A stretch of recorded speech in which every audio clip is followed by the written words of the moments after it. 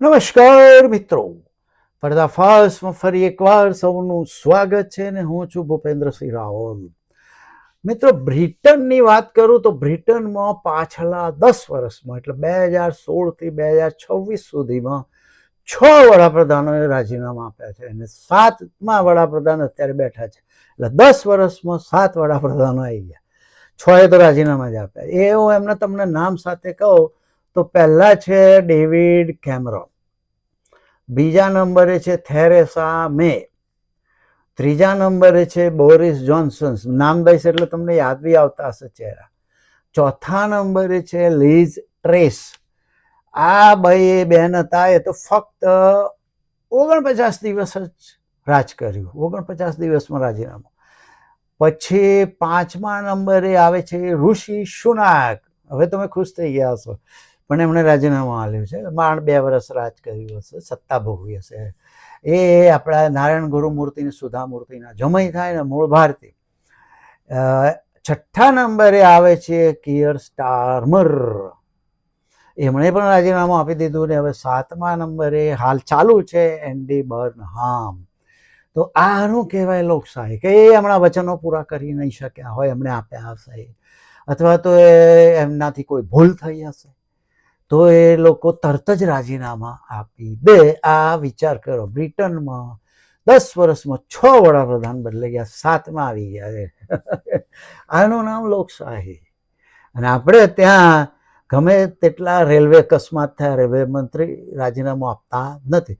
એટલે એકેય મંત્રી રાજીનામું આપતા નથી. હા, ગવર્મેન્ટ બદલી નાખે તો વાત જુદી છે, પણ ભૂલો થાય તો રાજીનામું આપતા નથી. હવે સોનમ વાંગચુકની વાત કરીએ તો એ શું માગી રહ્યા છે? ફક્ત શિક્ષણ પ્રધાનનું રાજીનામું. સોનમ વાંગચુકને આજે પોલીસ ઉઠાઈ ગઈ. 20 દિવસથી ઉપવાસ પર હતા અને એમની તબિયત લથડી, તો એમને માનપૂર્વક, વિવેકપૂર્વક એમને કહીને કે ભાઈ તમારી તબિયત ખરાબ છે, હવે અમારે તમને દવાખાને લઈ જવા પડશે, અથવા ડૉક્ટરોનો કાફલો લઈને આવવું જોઈએ, અને એમ્બ્યુલન્સમાં એમને માનભેર લઈ જઈ શક્યા હોત. પરંતુ આ તો સરમુખત્યાર સરકાર છે, એટલે એમણે શું કર્યું? પોલીસનું ધાડું આવ્યું ફટાફટ અને એમને રોકવાવાળાને ધક્કા મારીને કાઢી મૂક્યા. અને ખાસ ફોર્સ હતો એ સફેદ ચાદરોનું કવર કર્યું. શું કરવું પડે? તમે એમને માનભેર લઈ જઈ શક્યા હોત, પણ ના, એમને બળજબરી કરવી પડે. તો કેમેરામાં કશું આવી ના જાય એટલે એક ખાસ ફોર્સ હતો એ સફેદ ચાદરો લઈને ઊભો હતો કે જેથી કેમેરામાં આવે નહીં, ક્લિક થાય નહીં, અને ઢાંકીને એવી રીતે એમને પોલીસ ઉઠાઈ ગઈ.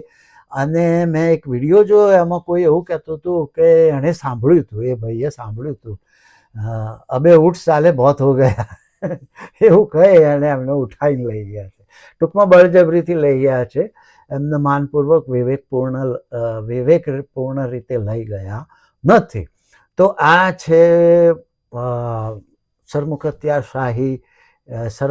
સરકારનો ચહેરો, ગિનોના ચહેરા.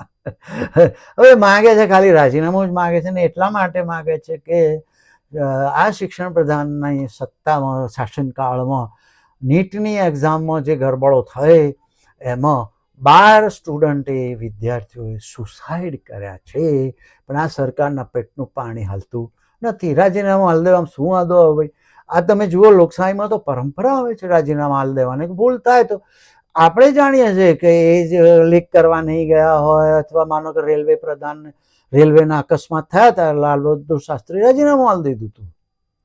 હવે લાલ બહાદુર શાસ્ત્રી તો અકસ્માત કરવા તો નહીં ગયા હોય, ટ્રેનો અથડાવવા તો નહીં ગયા હોય, પણ છતાંય નૈતિક જવાબદારી સ્વીકારીને કે ભાઈ હું આ ખાતાનો મંત્રી છું, તો મારી નૈતિક જવાબદારી છે, તો એવી રીતે નૈતિક જવાબદારી સ્વીકારીને એમણે રાજીનામું આપી દીધું હતું. કોઈને માગવું નહોતું પડ્યું. એકાદ વાર તો નહેરુએ રિજેક્ટ કર્યું હતું, ભાઈ તમારી ભૂલ નહીં. પણ ફરી કંઈક અકસ્માત થયો તો પછી શાસ્ત્રીજી માન્યા નહીં કે હવે તમે મને નહીં રોકી શકો. અને આ બ્રિટનમાં જોવા, આ ભૂલોમાં અથવા એમના વચન નથી નિભાવી શક્યા એટલે લોકોએ રાજીનામા આપ્યા. 6 વડાપ્રધાનોએ, મંત્રીઓ નથી, વડાપ્રધાનો છે, એમાં ભારતીય મૂળનો એક છે. એટલે રાજીનામા આપવું તો લોકશાહીમાં તો બધે પરંપરા હોય, પણ અહીં તો હવે આ સરકારમાં તો રાજીનામું આપતા નથી. રેલવેના ખાસા બધા અકસ્માત થઈ ગયા. રેલવે પ્રધાન કોણ છે જ ખબર નહોતી. કારણ કે બધી ઝંડીઓ ફરકાવવા વડાપ્રધાન જ આવતા હતા. વડાપ્રધાનની તો હલાક ભૂલો થઈ ગઈ હોય એ તો રાજીનામું ના આપે. એટલે એ તો સર્વખત્યાર સ્વભાવના જ છે, એટલે એમનો તો સવાલ નથી. પણ લોકશાહીમાં પરંપરા હોવી જોઈએ કે ભૂલ થાય તો રાજીનામું આપવું જોઈએ. ને આ ભાઈ પાછા એવું નથી, સોનમ વાંગચુક ભાજપના વિરોધી નથી. ભાજપના વિરોધી નથી. એ તો વડાપ્રધાનના વખાણે કરતા હતા અને શિક્ષણ પ્રધાન જેનું રાજીનામા માગે છે એમની જોડે ફોટા પડાવતા હતા. અને પાકિસ્તાનમાં પર્યાવરણવાદીઓની મિટિંગ હતી ત્યારે કોઈ એનજીઓ તરફથી ગયા હોય, સરકાર તરફથી તો નહીં ગયા હોય, પણ એનજીઓ તરફથી હમણાં પર્યાવરણવિદ તરીકે આમંત્રણ હશે ત્યારે એ ગયા હતા અને મોદીજીના ત્યાં વખાણ કરતા હતા કે અમારા વડાપ્રધાન પર્યાવરણનું બહુ ધ્યાન રાખે જ છે. હવે એટલે એવા કડક વિરોધી તો છે નહીં, પણ એક 12 વિદ્યાર્થીઓએ સુસાઇડ કર્યું છે એટલે એમનો આત્મા જાગ્યો ને એમણે રાજીનામું જ માગ્યું છે, બીજું કંઈ માગ્યું નથી. બહુ બધું શિક્ષણમાં આ નીટની પરીક્ષામાં કંઈ સુધારો માગ્યો આ માસે. હવે 1984ની વાત કરું તમને. 1984માં આ જ સોનમ વાંગચુકના પિતા સોનમ વાંગિયાલ લેહ લડાખના કોઈ પ્રોબ્લેમ માટે ઉપવાસ પર ઉતર્યા હતા. ત્યારે જેને તમે આમ એ ગણો છો લોખંડી મહિલાને એમને વગોવતા હોય છો, એ મહિલા ઇન્દિરા ગાંધી વડાપ્રધાન હતા અને એ લેહ ગયા અને આના પિતાને સોનમ વાંગિયાલને એમણે પારણા કરાયા હતા. વડાપ્રધાને જાતે જ જ્યુસ આપી. અને અન્ના હજારે એમનું તો નામ સાંભળીને જ હસવું આવે. અન્ના હજારે આની મંડળી કેજરીવાલ ને પેલો કુમાર વિશ્વાસ ને કિરણ બેદી ને સિસોદિયા આ બધી આ જે મંડળી હતી એ મંડળી ખોટી રીતે આક્ષેપો કરી. એમાં એકેય આક્ષેપ સાબિત ના થયો. એમનો તો ભાજપ અને આરએસએસનો પડદા પાછળ સાથ હતો અને એ આંદોલન કર્યું હતું ને એ ઉપવાસ પર ઉતર્યા હતા અન્ના હજારે. ત્યારે વડાપ્રધાન મનમોહનસિંહ અને સોનિયા ગાંધી કોંગ્રેસના પ્રમુખ હશે, એ બંને જણાએ આવીને જ્યુસ પીવડાવીને એમને અનશન ઉપરથી શું કહેવાય પારણા કરાયા હતા. પણ આ તો જુઓ, પારણા કરાવવાનું, વાત કરવાનું બધું કંઈ જ નહીં. કોઈ મંત્રીને નથી મોકલતા વાત કરવા. અને સીધું જ એમને ઉઠાવીને પોલીસ લઈ ગઈ. આ છે ભારતની હાલની સર્વખત્યાર સરકારનો ઘીનોનો ચહેરો. હવે પેલો એમનો જે કોકરોચ પાર્ટીવાળો જે છોકરો અભિષેક જે નામ ભૂલી ગયો, એણે હવે વિચાર કર્યું છે કે હું હવે અનશન પર ઉતરીશ. રડતો હતો એવો, એના ઉપર સહી પણ ફેંકી કોઈ ભાજપની ભક્ત બાયને.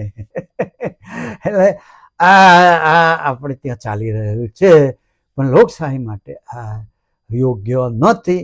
બ્રિટનની લોકશાહીને આપણી લોકશાહીમાં આ ફરક છે કે ત્યાં 10 વર્ષમાં 2016થી 26 સુધીમાં 6 વડાપ્રધાનોએ રાજીનામા આપ્યા છે. અને આપણે એક શિક્ષણ પ્રધાનની આટલી ભૂલો થઈ છે, 12 છોકરા સુસાઇડ કરી, પણ રાજીનામું સરકાર પોતે જ આપવા દેવા માંગતી નથી. હવે તમારે વિચારવાનું છે. આટલું કહીને મારી વાત પૂરી કરું. આવજો, બાય બાય.